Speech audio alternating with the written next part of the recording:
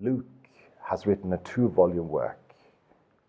And in his preface to his first book, that is the Gospel of Luke, we hear that he's writing to one specific person, Theophilus, talking about that he wants to present the gospel as something to show the credibility of the gospel of Jesus Christ. And that is done in this first book, in the way that we see the life of Jesus Christ as a credible life, a life that is historically credible and intellectually credible, morally credible. Jesus is really the one who he claimed to be. And then in his second volume, we read in the book of Acts, we read that Luke writes about he's actually presenting the credibility of the gospel in the life of the first church, the early church.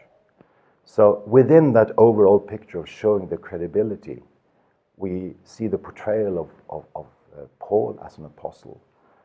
At one level, we see how Paul is described, portrayed as an apologist himself. And what does that mean? It means that he not just presents the gospel, but he also commends it, and he justifies it, that he argues for the truth, and his whole life is a